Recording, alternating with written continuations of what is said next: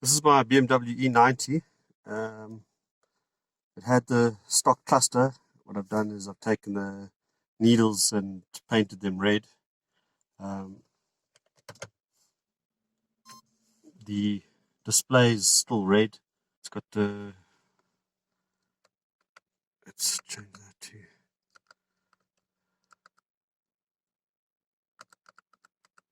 it's got the dimmable red standard backlights. But I'm wanting to change that to white LEDs, and yeah, we'll see how the project goes. The cluster is removed. There's two screws holding the cluster in. You need a Torx driver.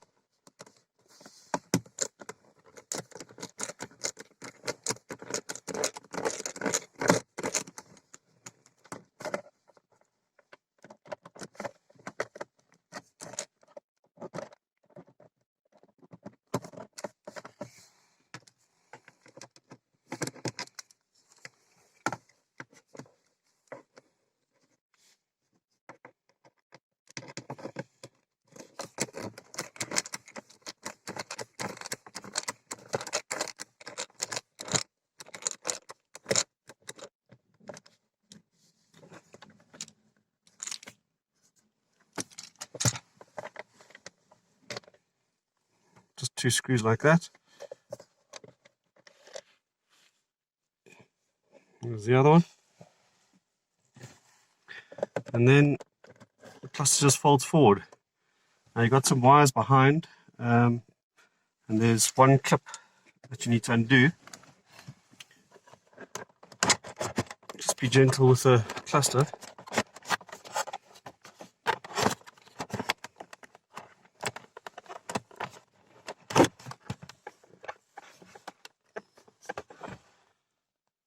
This plug over here needs to be removed, and you do that by depressing a little. There's a depression in the front here, and then you can slide the clip all the way back, loosen it. There is a cable guide or clamp on that side.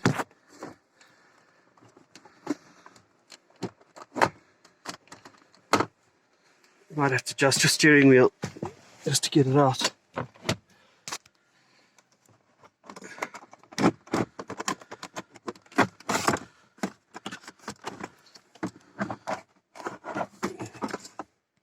Bit of wiggling, whole cluster comes out.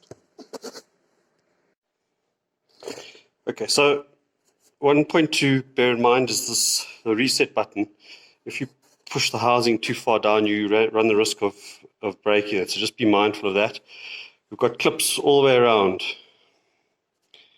that we have to loosen to get the housing off. It's a bit of a tricky. You've got to loosen one, try and get something in between, give you a bit of space like that. Loosen another one.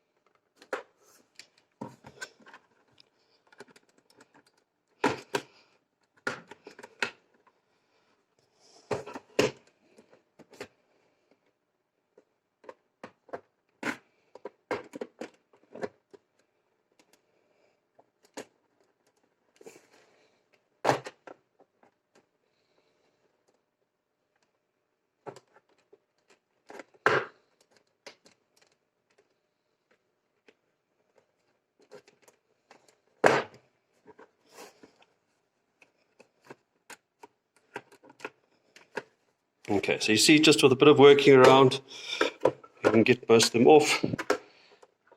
As more come off, they become easier to separate. Okay, so gently I'm going to remove that housing, put it down. Okay. Again, if you take care of the reset button, you don't want to put it down like that and work on it. What we actually have to do is there's clips holding this clamp in, and that's really what's holding the back cover on. We've got some recessed clips holding as well here and here, which clip on, which we'll have to get to. Okay, so I'm ready to start disassembling, but I need some tools first. Using this illuminated magnifying lamp to give me some light and help me with the difficult to see areas. I've got a soldering iron here. This is an RX50. It's got a really nice fine tip on it. This has actually got an old brown handle. This is one of the first RXs manufactured. The new ones have a bright red handle. Bit of solder. I've got a quick test block, which is actually quite handy when you need to put power onto wires that don't have a plug. It's a safety quick test block. I've got some solder. I've got a plastic spudger, a tweezer, and the all-important new white LEDs. Most importantly is I have a ESD mat. Some people call it an anti-static mat, but this is a static dissipative mat. When working with electronics, it's really, really important to make sure that the project's earthed, so you're not going to put any undue stress by ESD events onto the board. I've got a wrist strap here, and we earthed. So can't stress enough, this is do at your own risk. It's quite a technical project, but I think it's quite easy enough for us to do. Okay, my dials are all zeroed. To remove the dials, I don't want to damage the face of the cluster. So I'm just going to try and gently lift those off.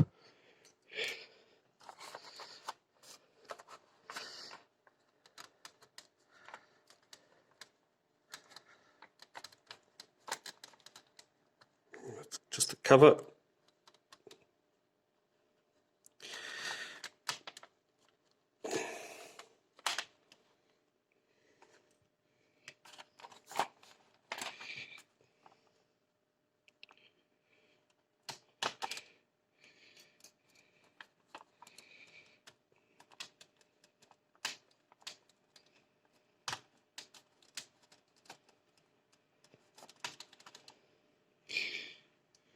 Okay, earlier in the video I showed you these are the actual needles. The standard ones are white on top here, and so I just used a Sharpie to color them in red. It's come out quite nicely actually. Okay.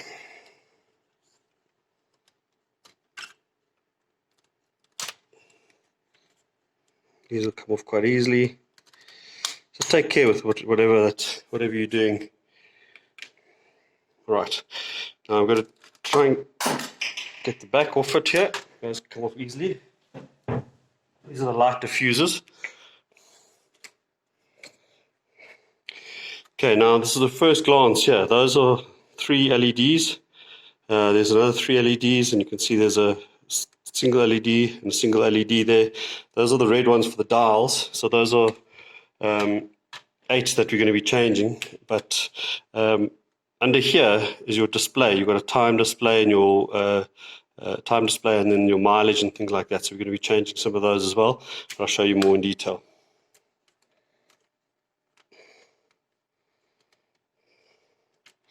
So with a very sharp screwdriver, I'm just going to try and edge this out here. This is what's holding the cluster in.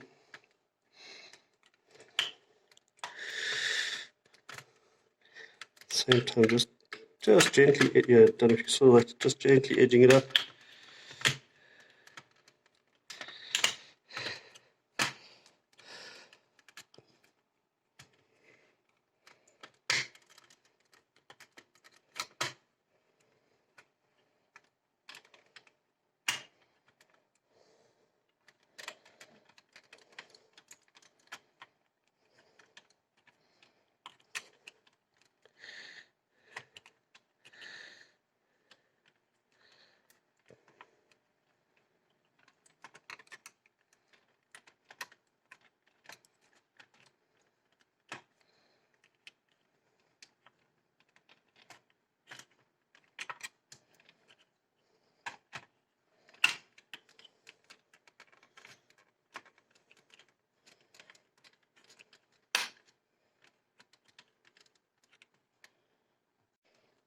Okay, with a bit of fiddling, this clip has now come loose. You'll see these are the clips, the clip on the side, and that's what's been holding it in. So I'm going to put that one side. You might notice I've had the board slightly over the workbench here. That's again just to protect that. Okay, so you need to gently open this here. This is the ribbon cable on the display.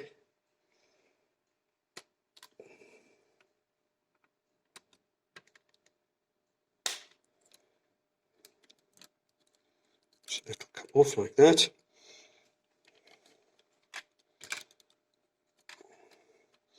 Got these clips here that are holding the PC board onto this plastic frame, so you need to just gently lift those.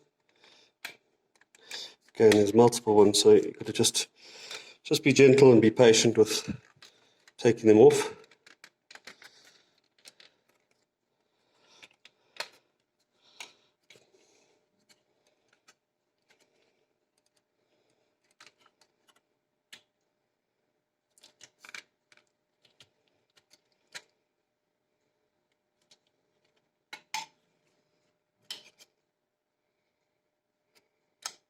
Okay, in the bottom corner is your reset dial.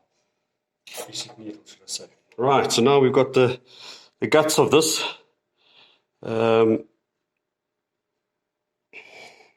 These three here are for the Speedo. That's for your fuel gauge. This is for your rev counter, and that's for your economy unit.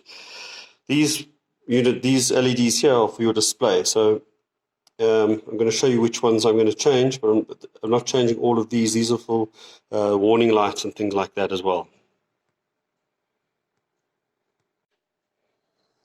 Okay, so these 8 at the bottom of your mileage, those ones are going to change. These 9 at the top here, I'm not too sure. What I'm going to do is, once I've changed these, I'm going to plug it in and we'll see what colors we get out of those, to see if those need to be changed as well. But what I need to show you is on each of these LEDs, they've got an angled piece on them.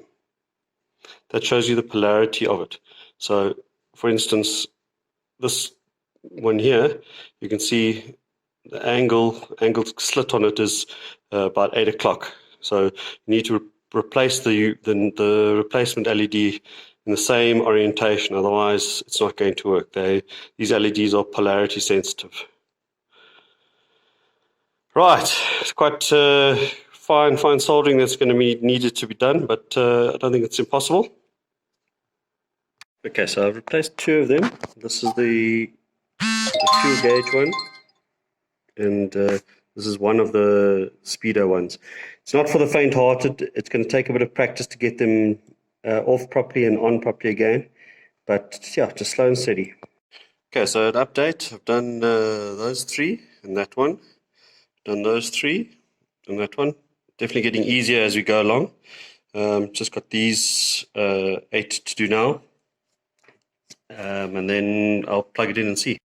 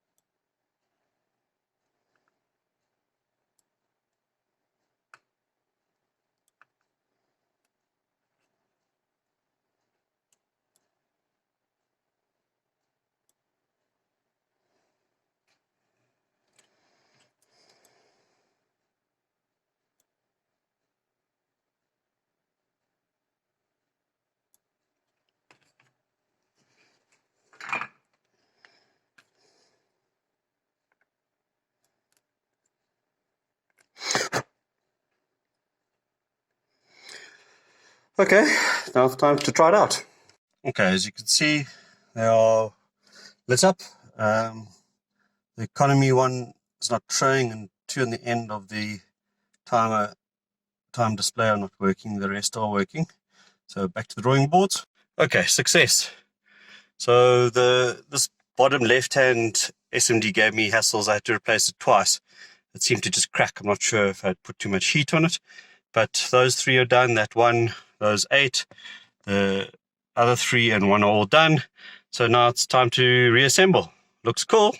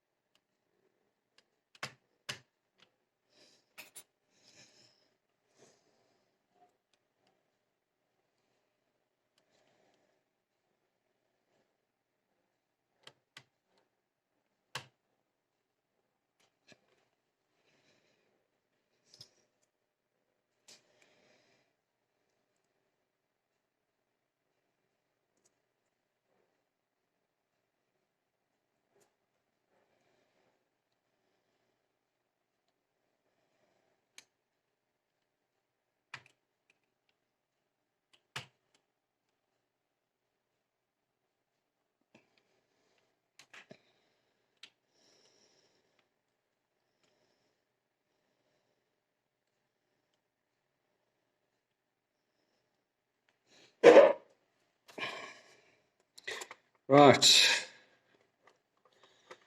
line everything up. All clipped in. Let's go and test. Haven't screwed it in yet. This is the final test. Okay, the timer needs to be reset. That's understandable. Okay. Yo, look at that. I don't know if you can see that. It's very white, but it's actually displaying the time perfect. There, yeah, it's just displaying the time in white. Oh, look at that. Beautiful. Awesome stuff. Thanks for watching. I'm going to be looking at the clock, which is in orange, and seeing if that can go to white. I'll post a link to the LEDs in the section below. Really cheap LEDs, works out really nicely. Yeah, thanks for watching.